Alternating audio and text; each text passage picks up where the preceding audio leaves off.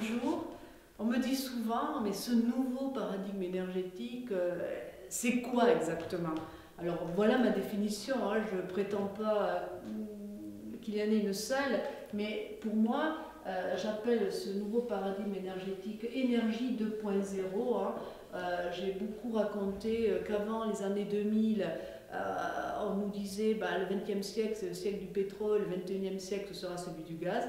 Et puis cette période, cette décennie 2000-2010 a donné lieu à des transformations radicales où aujourd'hui on va trouver de nouveaux acteurs et surtout des acteurs existants qui vont devoir jouer un nouveau rôle.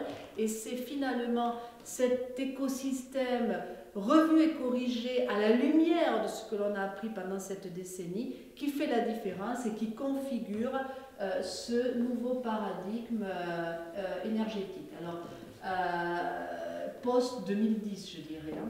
Et alors, dans ce paradigme énergétique, on va bien sûr avoir les premiers acteurs qui sont les fournisseurs d'énergie, que l'on fournisse du gaz naturel, que l'on fournisse de l'électricité, des réseaux de chaleur, du fuel, du GPL ou en matière de carburant, l'essence, le gasoil que l'on va trouver dans les stations-service.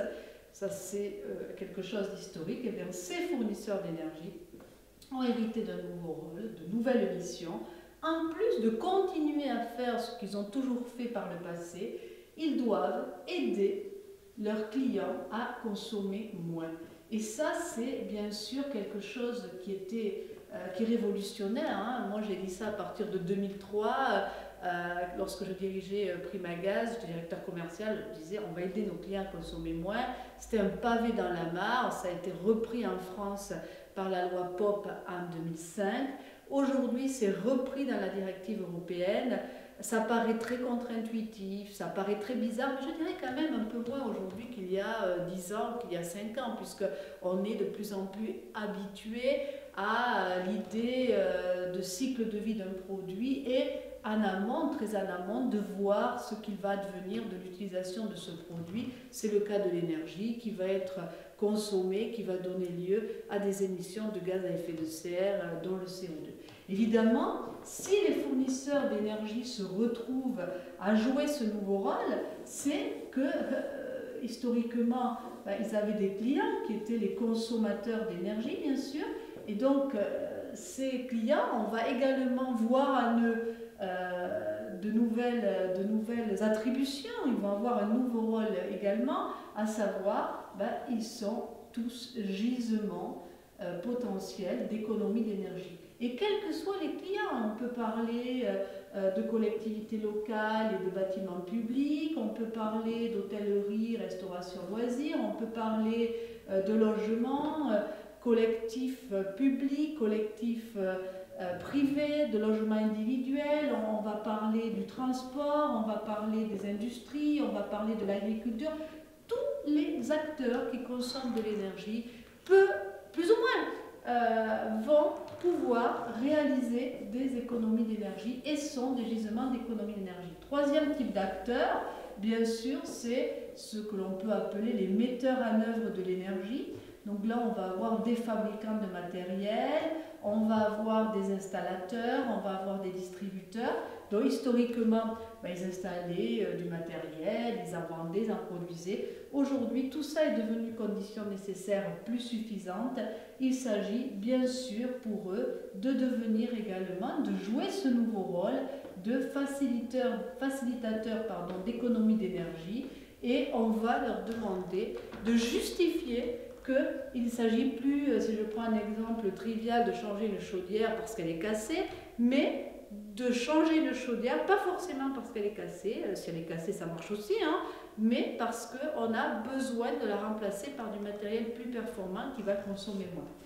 Évidemment, quatrième type d'acteur, c'est l'État, hein, qui était en charge des réglementations.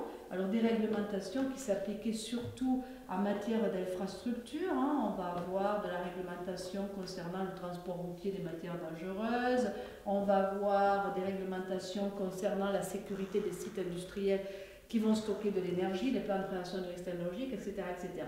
Aujourd'hui, en plus et plus que jamais, je dirais, on va parler de mise en œuvre efficace de l'énergie avec la réglementation thermique, la RT 2012 par exemple, qui vient de rentrer en vigueur, avec le DPE qui est apparu en 2005, nous donner une indication sur la consommation d'énergie, en l'occurrence des bâtiments neufs, mais ce n'est pas neutre, puisqu'aujourd'hui un bâtiment neuf va consommer 50 kWh par mètre carré par an en catégorie A. Si je suis en catégorie G, ces fameuses petites étiquettes que je vois dans les agences immobilières, je vais consommer 9 fois plus.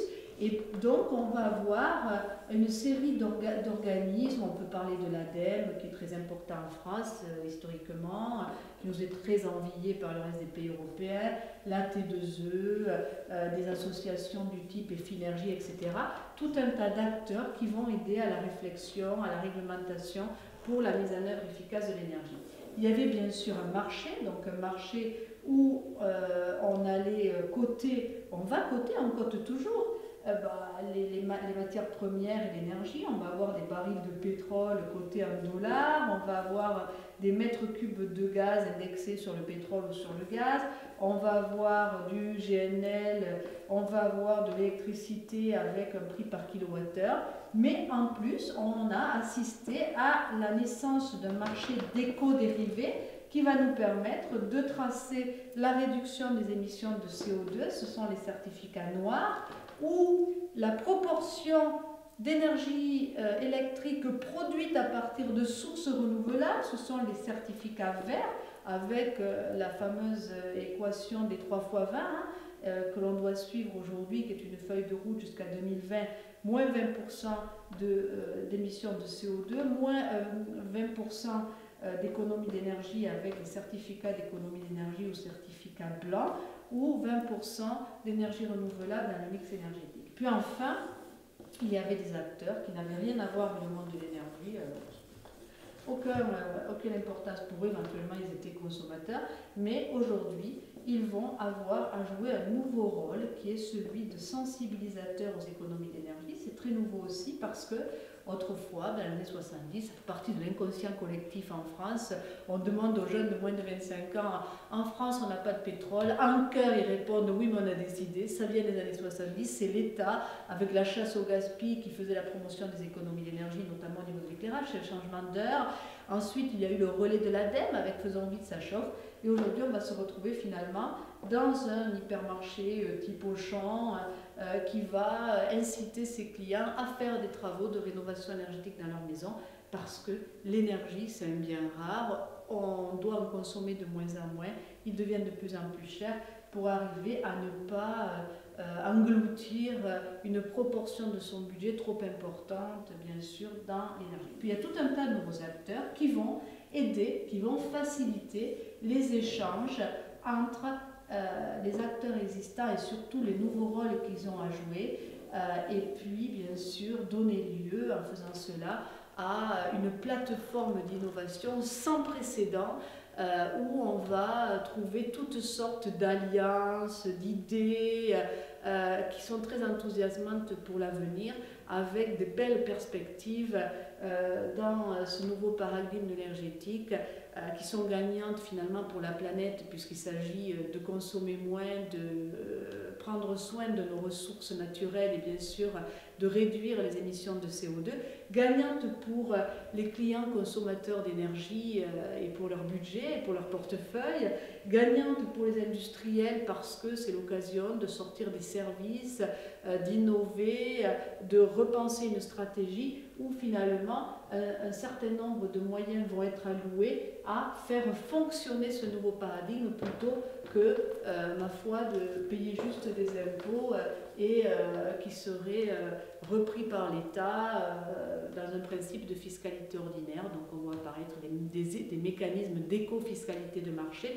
Donc un beau renouveau, porteur d'espoir et d'optimisme pour le futur et pour la rénovation énergétique de nos logements et l'efficacité énergétique de nos industries.